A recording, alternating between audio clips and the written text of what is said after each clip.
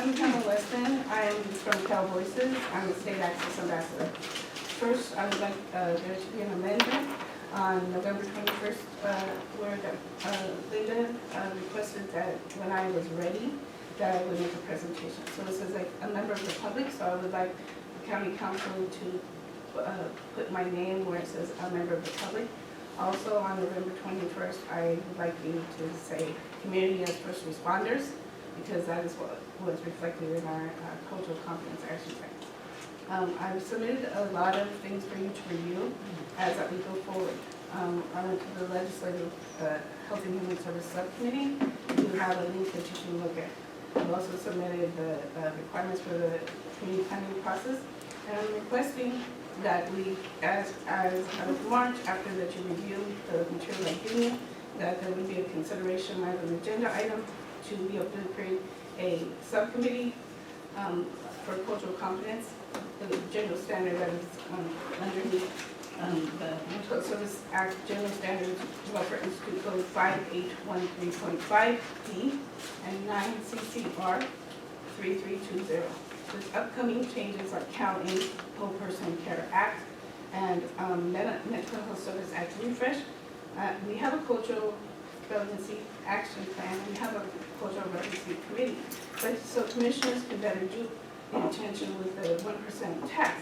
We need a community planning process that does the things that we've asked that deal with unrepresented, unserved, and underserved populations. I hereby ask after the presentation so that as Commissioner Jess Herrera has requested, that for us to do a cultural responsive district specific treatment plan and use this to be a guideline and work along with the Whole Person Care Act, that we will create a subcommittee that can be chaired by Mel Mason for those projects, since unrepresented populations have always done trauma service peninsula specific, but not district specific. I would appreciate consideration of reviewing what was stated at the subcommittee for Health and Human Services and watch what the Behavioral Health Whole Person Care Committee and public commented, and so that you would know that as Mental Health Service Act refreshes defined, they will use it for unsheltered if we do not be proactive. So our subcommittee would safeguard our efforts and our outcomes and the things that we did for the first time. And thus, other comment I have is I am so grateful to have a chair like Linda and you, Mark, that have been representative of families, but to do district-specific work for unrepresented, unserved, and underserved populations, so we can put the money where it matters most and account for it. The Mental Health Oversight and Accountability said we should do activities, not just data. So please review what I've written, and if you would consider me presenting, Chairman Mark, if you would put on the agenda for next month the ability for myself, Cultural Relevancy Committee, Christina, and Dana to make a presentation to move forward an agenda for a subcommittee meeting and chaired by Mel Mason. We would appreciate us to follow that. Thank you very much. Yes, my name is Katrina McFeeder. I am giving you a save the date. I don't have a flyer, but Dana and I have been working on what is called the S Project, the S Word. It is a movie, a documentary done here in California with some of our peers that advocate on a state basis. They're actually represented in the documentary, and we have gotten the grant from Each Mind Matters, the screening of the video, and they send us $75 for refreshments. I don't know how that equals out, but we have Fox Theater May 14th. I will be sending flyers. I will make sure that Mrs. Sumter will have the flyers to send out, but there will be an Eventbrite, registration. We're going to have a panel of speakers. We're going to have refreshments, but it's going to be an event worth coming to. So please schedule in May 14th from 4:30 to 8 o'clock. Hi everybody, I'm Jorge Ruiz with Cecil Central Coast Center for Independent Living. So my updates on our work that we are doing with 12% Care. Currently we have about 106, 110 consumers enrolled under that program, and 60% of our 12% Care clients are managing mental health disabilities. We did have about 30 consumers that met their goals in the last 2 months, including finding and now permanent support housing. Hi, my name is Miriam Gonzalez Gomez. I am Division Director of Program Services for Interim. I'm just here representing Interim, and just to give you a brief update about what we are internally kind of calling the village. But in Marina, the community, it's almost 2 years that we built a new bridge house where we've expanded services, and we've built a continuum of care there. So we have clients who are, have substance abuse diagnosis and mental health diagnosis. They come to the 6-month residential program, then we have the transitional residential for another year, and our hope is to provide them with a lot of skills so that then they can transition out to the community or to our community housing where they can live more independently.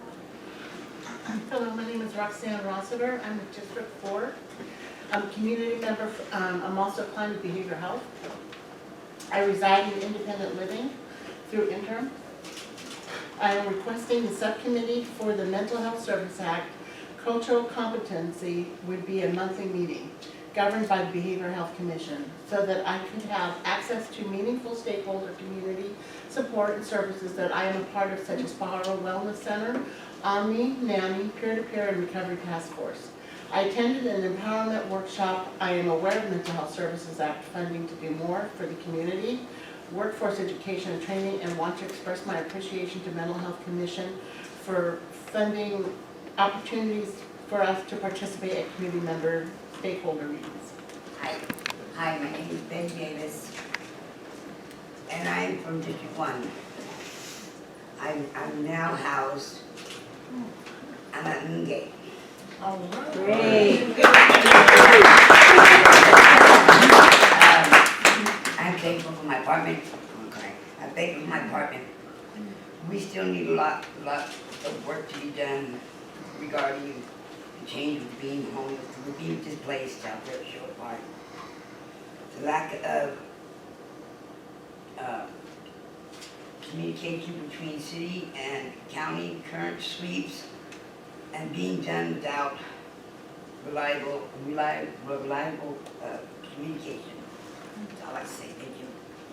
Yeah. Hi, my name is Rita Acosta, and I'm a community member from District 1. I work with Pamela Weston as a community leader with the Stakeholders Advisory Committee.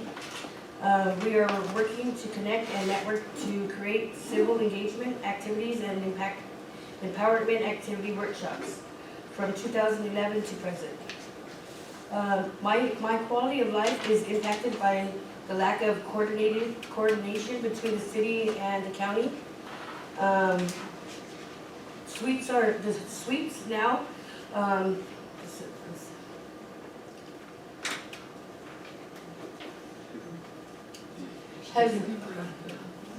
The sweeps right now are just, it really affects us because they take all of our property and we've already lost so much.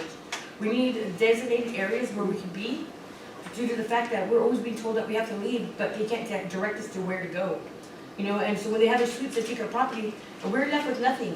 You know, we just had one today, and again, I mean, we're human beings. We are still part of this community. And again, District 1 really needs the person that's overrides or helps. We really need their support there. You know, again, we're dying on the streets. We need support. I don't know what else to say. Just Hi, my name is Wes White. I'm a District 4 at this point. I'm housing insecure myself. And I'm a co-president with the Salinas Homeless Union.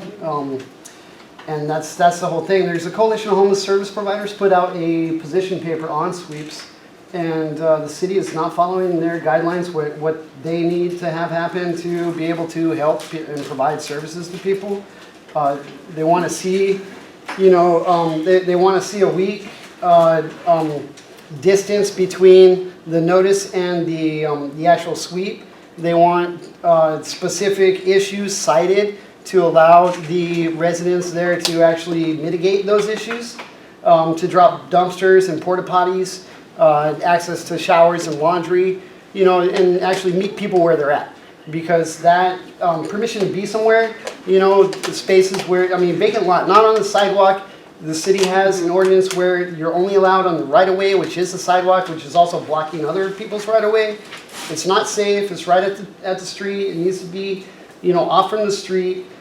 People can manage organized space real easy. Poo, trash, and food, if we provide dumpsters and porta potties, and field outreach through coalition, you know, interim and everybody else, then that should be where we can be right now, because there is no housing available. That already is affordable housing. We're destroying affordable housing. Not even RVs or cars. It's only a tent or only on the ground or only in the enclaves.